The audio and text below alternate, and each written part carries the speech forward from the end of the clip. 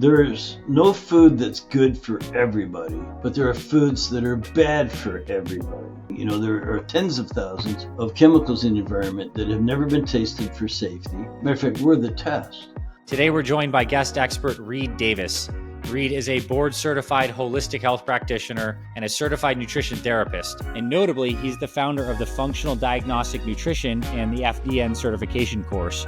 Are there any things here that you believe are just generally like toxic and crappy? Sugar is really a bad thing to consume on any kind of regular basis whatsoever. If you're just going to Dr. Google and typing in something, you'll get a million answers. And some of them might even be right for your neighbor or your kid, but not right for you. That's what's hard to distinguish. Hey there, my friends. It's Dr. Anthony Balduzzi, and I want to welcome you back to another episode here on the Fit Father Project and Fit Mother Project podcast. Today, we're joined by guest expert H.I.D.E.E.N. H.I.D.E.E.N is a board-certified holistic health practitioner and a certified nutrition therapist.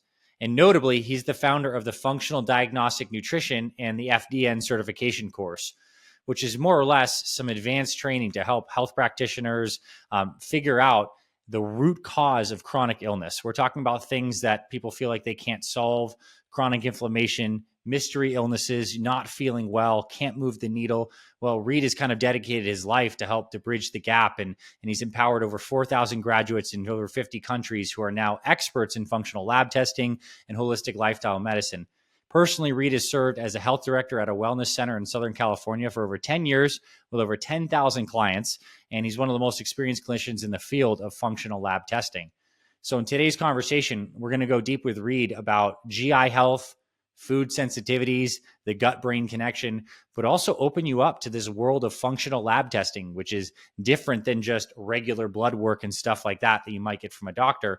And if you're someone listening who is dealing with something that you haven't had answers to, I think this conversation is going to be very enlightening. And if you're someone who's already on a good state of health, then I think the stuff that H.I.D.E.E.N talks about, even from a philosophical basis of the importance of the gut, is just going to further cement your knowledge and your understanding about how all these body systems are so interconnected. So H.I.D.E.E.N, welcome to the show, my friend. Hey, thanks very much, Dr. Anthony. Hope I can live up to all that. Well, this is your life, and I appreciate your experience in coming on. I want to ask you first. I think it means a lot for us to know why you got passionate about dedicating your life, not being in the traditional medical field, but still going so deep and even creating, curriculum to train health practitioners. Like, what prompted you to get into this field? Yeah, thanks for that. I've always had a curiosity for the body. I read a book when I was 19, which is over 50 years ago now, called Healing Ourselves. And it was very enlightening. It was more or less a Japanese guy came to California and did some lectures, and someone took notes and turned it into a book. So over 50 years ago, we were learning about taking care of ourselves. And so that always intrigued me, and it was always in the back of my mind. I actually had a couple other careers. Matter of fact, in the 90s, I was a environmental paralegal and conservationist. I was working on saving the whole planet. Just always had, good Boy Scout type guy. So saving the planet, and it occurred to me after seeing all these things going on that, wow, what about people? What's it doing to people? So I started talking to my son's chiropractor, who had a wellness center. There was lots of things going on there, and I ended up working there, and mostly to build the business. But this is where the passion comes from. I've always wanted to help. I love being a helper. But she offered me the opportunity to attend some nutrition classes with her. As she got her diplomate in nutrition, I could get this nutritional therapy certificate, and she said, unbelievably, and you can work on the patients in between your classes for experience. Well, who wouldn't jump at that? So I did, and that's when I fell in love with working with people face to face and trying to really help them, because I saw what they're going through. Now, I hadn't gone through it myself. I'd never really seen a doctor. I was really healthy. I had some dental work and a few motorcycle accidents and some sports injuries and things. Otherwise, I didn't know what the system was like for people out there. And I was shocked, amazed. What do you mean you've seen 6 or 8 or 10 practitioners already and aren't better yet? Like, either that's a ripoff or some kind of misunderstanding. And it's more of a misunderstanding, I can tell you. But that's what got me started, was working face to face in the clinic and seeing that people were trapped in this. At the time, I called it the cycle of trial and error. 6, 8, 10, spending lots of money and not getting any results. So that got me to go to work. I knew, and this is where I'll conclude it. Matter of fact, out riding my bike one day in the hills of Southern California, I'm thinking, these people, like, why are they putting their health in someone else's hands when you need to take responsibility? And I'm going to be the last guy they need to see. Now that seems like the joke part, but because I had a lot to learn. But I'll conclude with this, Dr. Anthony. I had nothing to unlearn. I was a really good researcher, writer, and things like that already. So I knew I could sort of sort it out, to some extent. I love it. That's a really cool journey that's clearly been propelled by just genuine service and saying yes to things. And now you're here and you've literally developed a curriculum that's helping practitioners help more people. So, I mean, I don't know. Like I feel proud for you. I don't know if you take the time to smell the roses, but it's really beautiful to even hear about what came from. My wife makes me. All right, good. I'm glad. So let's talk about functional lab screening and how that's different than maybe just like regular blood work or even specialized blood work. Like, what's this whole world of functional diagnostics and all that stuff? So it's a great question, and keep in mind that at the time, everybody coming in the office had already been to some practitioner. They had their blood work done and had been told in many cases, there's nothing wrong with you. I would add, yet. So your problems didn't reach a threshold of being medical, but still the people knew something was wrong. So my doctor says everything looks normal, but I don't feel normal. I feel terrible, and so I started learning about these functional lab work. To answer your question, at the time we just called them alternative. It went from alternative to complementary, and then it went to integrative, and then it went to functional. Now they're calling it lifestyle and whatever. I think it hasn't fully evolved, frankly, but it's headed in the right direction. But for me, I couldn't lay down a diagnosis, not a medical doctor. I had to just try to find labs. Thank goodness I lived near a lab company, could go there on weekends and hang out with the scientists. And I started running these labs that were just looking for causal factors, not medical diagnosis. And that's really a clear distinction. Remember, a lot of them had been turned away. You don't have a medical diagnosis. Well, that's free reign. Now it's our backyard. We can say, hey, look, your hormones are out of balance. Your immune system is overactive or underactive. And your digestion system isn't working well. Your detoxification system. There's markers for that, even back then, 25 years ago. And so for 10 years, the next 10 years, I spent running and reviewing thousands of labs for thousands of people. So that's where I recognized some patterns. That's really all it was. That's a lot, but that's all it was. And recognizing patterns, and then listening to people, and always wanting to help them. I always wanted to do the right thing for them, and making every person that came in our office a study of one.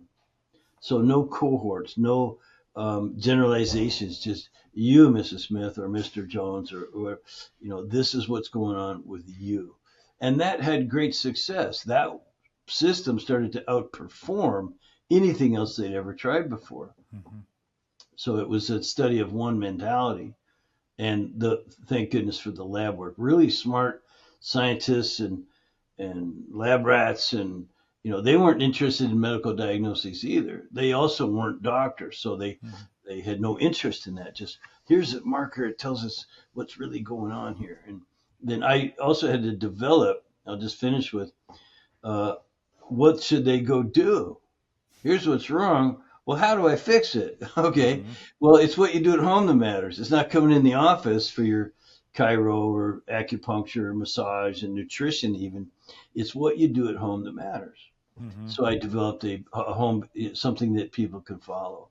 It's called the D.R.E.S.S for Health Success. D.R.E.S.S stands for diet, rest, exercise, stress reduction, and supplementation. And that's the system that that has helped tens of thousands of people now. I love it. And I know that D.R.E.S acronym, now that you spelled it out, is completely in sync with what people are doing inside our communities in terms of improving their nutrition, exercising, stress management, Yeah. supplementation, all of that. That's like so aligned. I want to stay on the lab testing for a little bit though. Okay. Like, what are some of the tests that you like to run? I know it's probably individual based on what someone's presenting with, et cetera, but like, describe some of those major patterns, or even for Sure. someone listening who's curious about this, some of the major functional tests that we do run to maybe assess something like thyroid or adrenals or GI tract, et cetera. Fantastic. So I have another acronym for you, which if you like D.R.E.S., you're going to like this one, because what we explore with the lab work, saliva, urine, blood, stool, we explore the hidden H.I.D.D.E.N healing opportunities, and that stands for hormone, immune, digestion, detoxification, energy production, and nervous system balance. You're no stranger to that, both the Yeah. autonomic and the somatic and things. Yeah. So, so this HIDDEN can be done again with at home, self-directed type of testing. We ship the kits out. You put your samples in there, goes off to the lab, and we get the results. And we go over them and we clinically correlate them. So again, we look at the hormones. Mm-hmm. Really, do you want me to go through each one? And Yeah. I think that'd be really valuable. Yeah. okay, so with hormones, it's not just the sex hormones; it's your catabolic, anabolic. The balance between cortisol and DHEA is really Yeah. important because if you're overly catabolic, it means your body's breaking down. You have so much stress that your body isn't building back up in a balanced fashion, so you're breaking down. Well, that will next affect both the sex hormones, Mm-hmm. your estrogen, your progesterone, your testosterone, and so on, but also the immune system. So Mm-hmm. your gut lining, the secretory IgA, we call it, Yeah. and other things are factored in, like melatonin levels and that. So that's just one test that you can go home and do, and it's not real expensive, but the information, the data is invaluable. It can really open up the door to all the other things. Again, so we talked about hormone, immune. There's more of that on the next test, which is a simple urine test. Mm-hmm. Easy to do at home, easy to send in, not real expensive. Great information on digestion. Do you have good bacteria in the gut? Do you have a good, biosis there instead of dysbiosis? It will Mm-hmm. identify a dysbiosis. But you need that good bacteria to break down, especially protein. Protein is the source of amino acids. Amino acids are the fundamental to neurotransmitters. So when Mm-hmm. you talk about gut-brain connection and things like that, well, if you're not breaking down and absorbing, especially proteins, very well, you will have imbalances in your neurotransmitters and feel weird and different Mm-hmm. moods and things like that. So there's all these connections, and um, what's different about our work, I have to say this here, is that each one of these markers or analytes could be looked at as a dot. And you're used to seeing dots because your physician might have told you, oh, your thyroid's low. Here's what to do to bring it up. Medication, kind of a replacement, even with the sex hormones and things, when people are doing hormone replacement. Mm-hmm. What we do is try to connect the dots in a different way so that what really is breaking down in the body. So you've heard it said that all disease begins in the gut. Hippocrates said it, and Mm-hmm. other great people. Well, what I found out is that it circles around there enough that it could be, considered as that rudimentary. But really, it's stress, in its multiple forms that throw this catabolic, anabolic, then the sex hormones, then the immune system. Well, then you're down in the gut. You have the dysbiosis starting to occur, and you end up with hyperpermeability, liver congestion, excessive oxidative stress, even overgrowth of serious things like parasites, bacteria, funguses, viruses, Mm-hmm. whatever, those, and biofilms and that. And so you've got this whole constellation of healing opportunities identified. And you mentioned food sensitivities in the introduction. Heck yeah, you're going to have more of them when your gut's in that kind of shape. It's dysbiotic, maybe worse, again, with the overgrowth and infestations of biofilms. You end up with this hyperpermeability. Again, stress itself can cause that from the inside, or it can happen through what you ingest. And all these things can be sorted out if you run the right labs. So again, hormone, immune, digestion, detoxification, really critical to look at what can you improve. Well, if you get the data, it gets you focused on exactly what you can improve, and it tends to get a high level of compliance, Yeah, for especially sure. from our practitioners. It makes sense. I mean, someone's got to be so enrolled when they feel like, hey, this is actually a system or an aspect of my health constellation that is out of balance, and now you have protocols to help course to correct those. So from here, I'd love to talk in a way that's going to be generally applicable for everyone listening, and this could be in the form of good lifestyle practices that you've identified that help support these different areas of health. Or if you have anything you feel like is very important to share in any of these individual areas, like protocols that are important specifically for hormones or for energy production, especially for people when they're getting into their 40s, 50s, 60s, and beyond. I'd love to get there into some of the practices and habits that are foundational from what you've seen. Sure. Well, and feel free to interrupt and bring me back around. It is because this is so fascinating that once you start going down these potential rabbit holes, it's pretty easy to get caught up in it. But generally speaking, remember, I was in an office where I was the non-licensed. I was the guy that couldn't diagnose things. That turned out to be such a blessing because I had to dig deeper. I even had the physicians there saying, well, you really got your work cut out for you. You've got to figure out what's really wrong and teach them how to fix it. And so I had to learn not only the lab testing and how to correlate identify those healing opportunities and correlate them with the person. This is the first thing that happens is people go, wow, now I see why I feel this way, where they've been told nothing's wrong with you, or it's just your thyroid, or it's just this, or just that, one diagnosis that left everything else off the table. So now they see why they feel so badly. What do I do about it? So this idea of creating a visual for people with these multiple healing opportunities, that's critical to the work. It's foundational. But since I couldn't write a prescription, and that being a blessing, I also didn't want to just sell supplements because I've been trained in that. That was part of the training that I went to originally was take this for that. And yeah, it's better that it's natural and not a drug because there's almost no side effects, safe and somewhat effective, but not good enough. So supplements are part of it, but I also had to learn, well, how do you eat? How does an individual figure out what to eat?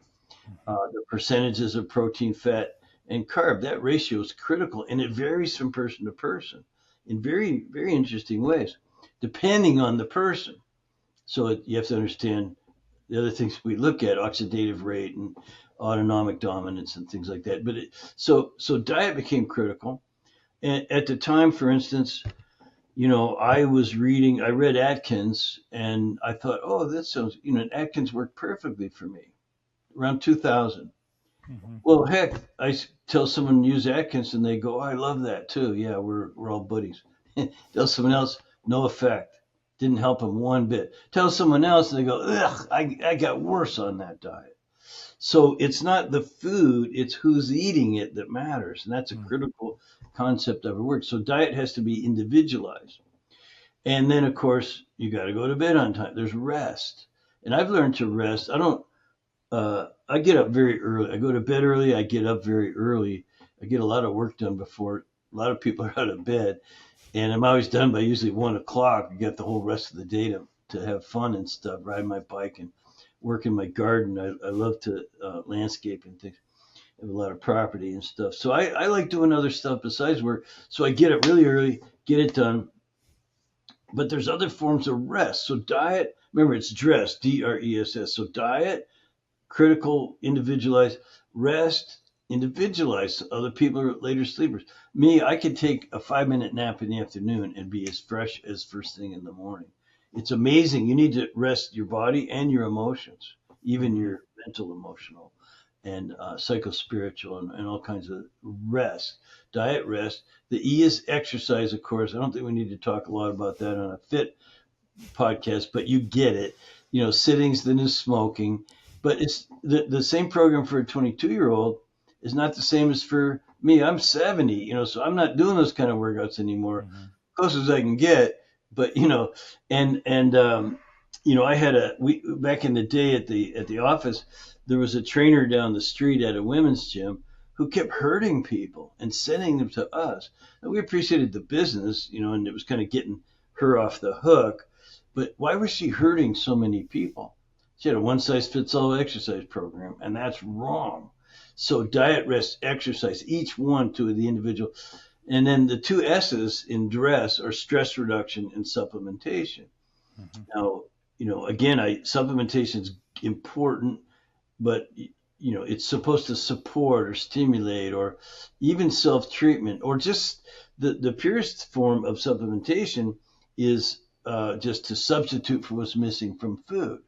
Mm-hmm. It doesn't, most commercially grown food does not have enough vitamins, minerals, essential fatty acids, antioxidants, trace elements, phytonutrients, and so on. So you need to take extra because it's not in the food anymore.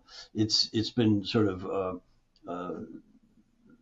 removed with bad soil. So now, so that's DRE supplement, and then the other S is stress reduction. Mm-hmm.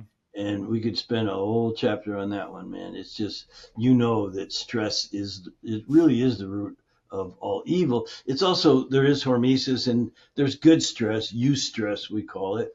Mm-hmm. I love doing dangerous things. I find it very exhilarating, and it's a stress that I find keeps me young and alive and doing.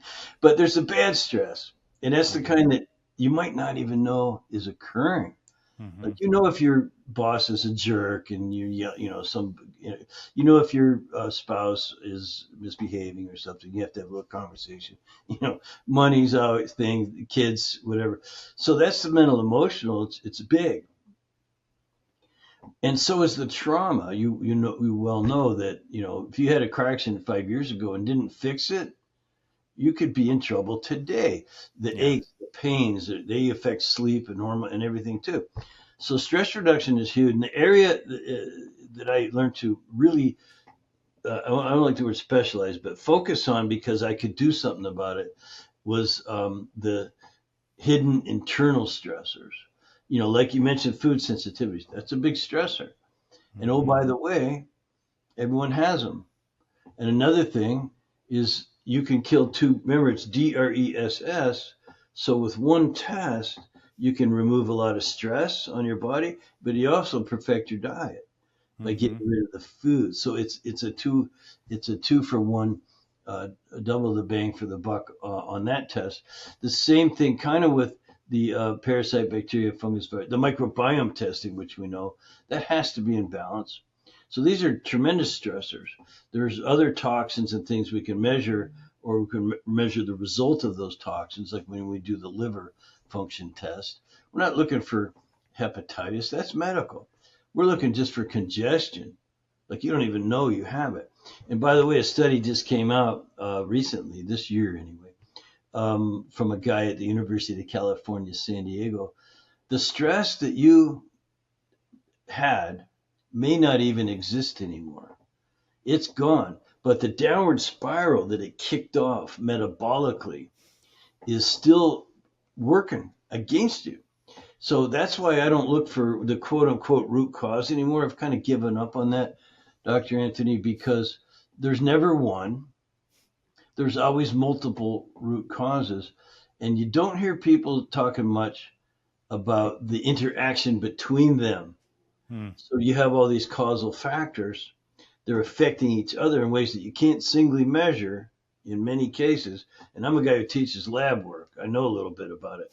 You can't singly measure some of these interactions. You have to have a system of extrapolating and just, then applying these principles of healing. So that's why I gave up root cause. There's never one. They're affecting each other. I just call it metabolic chaos. Mm-hmm. And that has become our one concern, is how do you sort it out and resolve it? Not just this stress or that stress, but everything. And then what kind of a therapy, if you will, or self-directed lifestyle program ecologically sound, epigenetically sound? What kind of lifestyle can you apply that doesn't treat one thing? We're not physicians trying to treat your this or that. We don't care about labels. We want to have an effect on every cell, tissue, organ, and system at once, the entire organism. And so that's why what we do is safe, it's self-directed, it's not practicing medicine. It's like there's enough diagnoses to go around. We don't want to add one more to their list. If I had one, I would call it metabolic chaos, and it means everything. I love it. Now, if you could say, insofar as a key point of this conversation is we're all individual, and it's important to assess the individual facets that are unique to us that are causing dysfunction, and then how we can bring those back to harmony. When it comes to a self-directed health plan, are there certain practices that are ubiquitous for all people, like good tenets of a core way of living, like advice that you believe is just like kind of natural law-based wisdom that fits into almost everyone's health plan? Now, whether someone has liver congestion or an issue with cortisol DHEA imbalance and they need to address the root of that, like, is there stuff that you can say transcends and goes in pretty much most people's plans that would be beneficial for just a thriving human who stays in metabolic order and metabolic thriving? I'd love to answer that really intelligently and philosophically and in a wise manner, but I'm just wise enough to say that I'm working on the ultimate solution. I believe it begins somewhere in the mind with your point of view and your attitude, and that's the foundation for me and my wife. We get up, we try to be respectful and loving of our each other and the universe, so to speak. And we know that we're not in control of that there's an intelligence that exists that you just kind of want to be in line with. And so then that would give you the awareness or self-awareness, I guess, to behave yourself in a way that's congruent, that's in alignment with building these health building principles. Mm-hmm. So the D.R.E.S.S is just it's just a way of organizing it. Everyone knows you got to eat right, go to bed on time, and move your body, and try to reduce stress, stay away from bad people and bad things. And supplements are helpful. I take a lot of them. But I think it begins with that point of view and the self-awareness. And again, I'm no one's guru. I'm just working on it myself. I appreciate that. It was honestly, like a surprising but beautiful answer, because I think when we're able to really sink in, kind of get connected to our own conscious and intuition, like we know where we are deviating from that whole is. And then that's where it's self-directed. And so it's like, I'll speak right now, frankly, like I'm in a very busy season. I think my rest area could dramatically be improved. And like, that's the one area that then I can lean in and focus on. And what I love about your framework too, is if we're constantly checking in and assessing, and it's not necessarily a problem that we are temporarily deviating, as long as we have the awareness to course correct and it doesn't become a very, very deep process that needs to be unwound. And there's probably changes in different seasons. Maybe there's certain times where exercise is not happening as much as it is in other seasons. And so you always are kind of auto-regulating. And isn't that exactly what everything in nature is doing, is responding to a continuously changing environment and looking to create homeostasis? So true, so true. Of course, I live in Southern California where you don't have any excuses. There's no excuse. When I lived in Cleveland, it was a little different. A lot of winter time. I was thinking about Cleveland people, but I realized you have nice bike weather year round. Yeah. I mean, so no excuses here, but you nailed it a couple ways. One, individuality. Everyone's a study of one. In our world, there's no cohort, so it's not the food, it's who's eating it that matters. That's really true. And I have lesson after lesson on getting that right and so on. So the answer is, as you noted, and you had a great term for it there, just the framework that I have is that's just the framework. It's just that overlays or overlies the individual and their way of thinking and things. You can't it's based in a way of thinking, but you have to have that way of thinking. You have to Mm-hmm. be a little conscious and pursue and kind of respect self awareness and that and be able to reflect and so that we're not just you know like when a mouse runs past a cat, it doesn't have any choice. It's going for it, because there's no little space between Mm-hmm. right and it doesn't know right and wrong. It just knows get It's the mouse. purely instinctual. Yeah. Yeah, yeah. So we have that consciousness. We have that consciousness that's in between stimulus and response. We can reflect ever so, momentarily, but then that space can be expanded the more you develop it. Nice. All right, and I'm intentionally being a little pokey with you because I think you're the man of the personalization, and it's a powerful message. Are there any things here that you believe are just generally across the board like toxic and crappy? Like I'm thinking about things like glyphosate sprayed wheat, or Yeah. just eating like candy, or just like drinking like wine out of a box. Like I don't know, Or like how there's about is yeah, TV? smoking or TV. Yeah, like what are some of the things you just generally say like are the kind of call them no nos, or just generally aren't supportive of health that it would be Well, I'd have to yeah. force you to ingest or do. Well, it probably largely based on my background in environmental law and conservation is how toxic the planet is becoming. There are thousands, tens of thousands of chemicals in the environment that have never been tested for safety. Matter of fact, we're the test.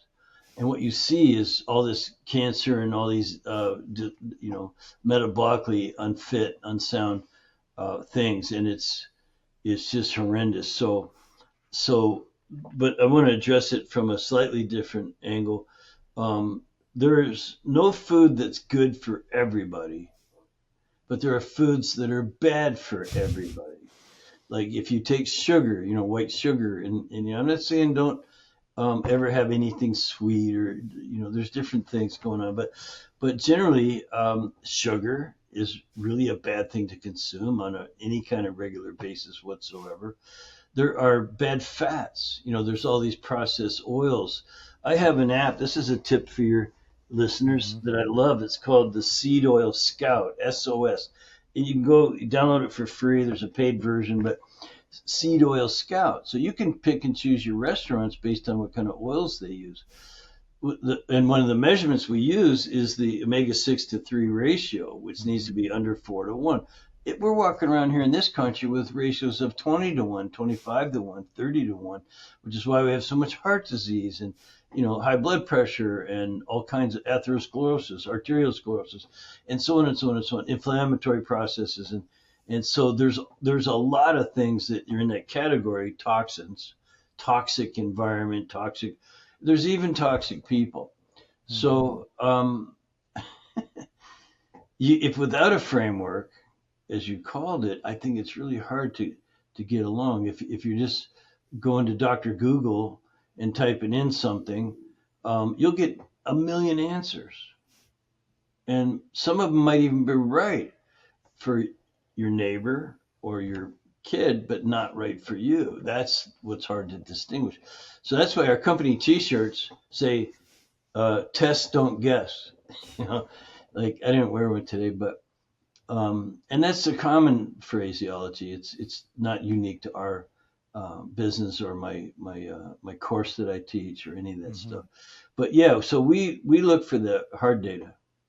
That's Mm-hmm. what helps us a lot. That's our framework. The mentality, as I said, you're a study of one, and well, what do your numbers say about you? And so not only do we have this, I said the H.I.D.D.E.N, that would apply to a person who's in trouble and wants to get out of trouble. You've lived yourself into something unwanted, and it doesn't matter what the symptom, from migraines to menstrual periods, bad menses, what all this stuff, indigestion to you name it. Um, so you have a framework that will sort that out, and then the mentality that it's your responsibility and no one else's. Again, Nice. just finally on that, I was out riding my bike, and I'm working. I'm at the office 25 years ago, And I'm thinking, why are these people putting their health in someone else's hands? Especially when that person, it's not that they don't know what they're doing. It's just that it's the wrong ladder. It's the wrong wall to have your ladder on. If you've been told you don't have a medical condition, everything looks, I will say, yet, and so there's all those markers. This was my point. We have the markers that will see what the trouble is and help you fix it. But then what? Well, there are longevity and other what we call predictive markers where it might take 10 years for something to show up. But you can start detecting your advancement or maintenance against that thing. Perlmutter Yeah. just did a book on uric acid called Drop Acid. Everyone should read that book. And trust me, you'll start watching how much sugar you eat because it's just not a good thing. And so there's these predictive markers. Everyone knows A1C. There's even better ones, even Hmm. earlier and more sensitive testing for these kind of things. So that gives me another question to ask you on testing. What tests are you doing for yourself personally on an ongoing basis at this point? I imagine to just continue with the longevity journey and have high function as you age. Is there stuff that you're running on a regular enough Sure. periodic basis? Yeah, for sure. I do the stool testing. I travel a lot to different other countries, and so I want to know if I've picked up anything weird, especially if you ever got sick, you got whatever, so that I do my food sensitivities testing because they change. This is weirdness, but we use the mediator release test and it'll pick up your current food sensitivities. The genetic ones, the ones that like I never did well with, I don't know, tomatoes, they give me a rash. You already know that. Those are IgE reactions. Hmm. So our test looks a little deeper, a little more sensitively at what's causing inflammation somewhere in your body, even if it's just in the bloodstream. Hmm.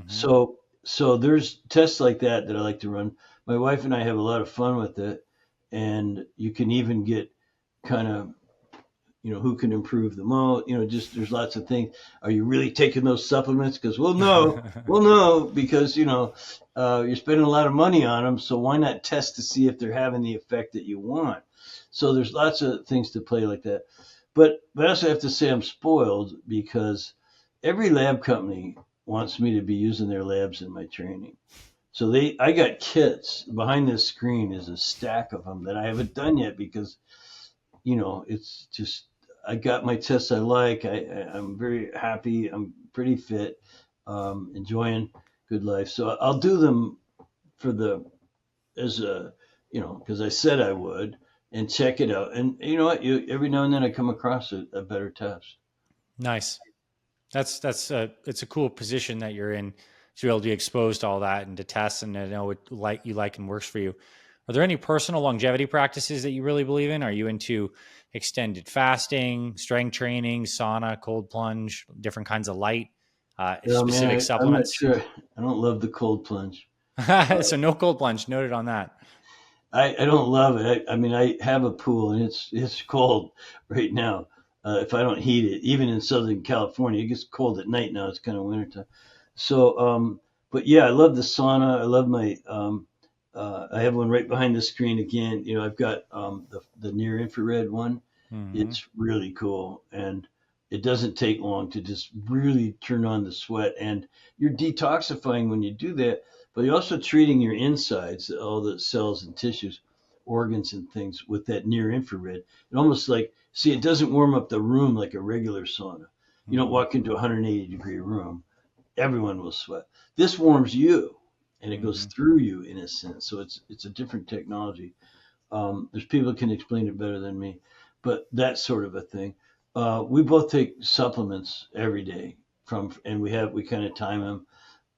We're not fanatical, but we're pretty fastidious about that. I probably take 30 a day, something like that. Total capsules, Hmm. like two of this, two of that, four of Yeah. those, one of that, different things for just again to improve bodily function. I want my hormones balanced and my immune system. I want energy. I want all these things balance, and it's not in food, but we eat really well. So I follow D.R.E.S.S. Mm-hmm. We asked our clients to follow 80%, and that'll be better than anything they ever experienced in their life. And if they do it even better, you just get more results, more longevity. You fix all the you improve things, and you go from there. So, we're pretty strict about eating out and things. Um, I don't drink excessively unless I have a really good reason. It's typically a good policy. I like that. Just teasing. Well, Reed, so my final question is, someone listening to this, they're in our community, so they're really interested in health and fitness generally. And I mean, some people may even be interested in like going deeper about this and kind of making this a career, someone who didn't come from a traditional medical path, and to be able to see you and just your life outside of the wisdom you've provided is inspirational. Where can people learn more about F.D.E.N. and what do you do on that side? It'll give us a little primer on the business side of things, and if someone is interested in exploring that as something they might want to do as part of their back part of life. Well, thanks for that opportunity. And by the way, we'll have a free gift there if they go for your listeners. It'll be a little book on my D.R.E.S.S for Health Success program. And so if they go to fdntraining.com, fdntraining.com/fitfather, and mothers can go there too. And just because the book would be the same. So, and an introduction to what we do. My training course is open to all. I've had people who are health coaches and chiropractors and nutritionists, even some medical doctors and osteopaths take the course. I've trained 4,000 people in 50 countries. So we're getting around, but it's open to all. I had an accrediting, we're accredited by at least 5 different organizations. But one of them asked me, hey, it'd be better if you didn't accept people, let's say, that don't have a college degree in science. I said, no. Why would I exclude Mrs. Smith, who wants to take care of her family and her kids, from getting this information? I would never exclude anyone out for any reason. They may never go off and do it for a living, and things like that. But just doing it on yourself and your family would be worth the price of admission. So why not? And then on top of that, a lot of those people even go, hey, could I really do this for a living? Like help other people. And so we have all the business training. You become a health entrepreneur if you aren't already, if you want to. That's cool. I'm excited because I know someone listening to this is probably being like, light bulbs are going off and they're going to be interested to go over there. So yeah, there's no pressure. You can even start the course for free. There's a course tour. There's nothing up the sleeve. It is what it is. We have an amazing staff. Everyone who comes into the program does 5 labs on themselves. I pay for them. You get consultation on them all. So you're living the program. That's cool. Because then you got to turn around and teach it back to my staff, and then you go out in the world and you apply it to the public if you want to. Nice. Well, Reed, this has been inspirational for me. I mean, your framework is beautiful, and I appreciate your time today. This has been a really fun conversation. Well, me too, Doc, and you keep up the amazing work you're doing. I appreciate you, Reed. Thanks so much. Thanks for listening to this week's episode of the Fit Father Project podcast. If you love what you heard, please rate and review our podcast on Apple Podcasts. It really helps spread this show to more men who need this valuable info. To watch full video episodes of this podcast and other motivational videos to inspire your training and more, visit our Fit Father Project YouTube channel. It's free and everything's made for busy guys over 40 like you. Visit youtube.com/Fit Father Project to get access to our entire video library. And finally, if you or someone in your life is interested in becoming a fit father or needs help losing weight, building muscle, and living healthier after age 40, then visit fitfatherproject.com, where you can see our proven programs, supplement line for guys 40 plus, and free meal plan and workouts to get you started. This is Dr. Anthony Balduzzi signing off. I'll see you in the next episode.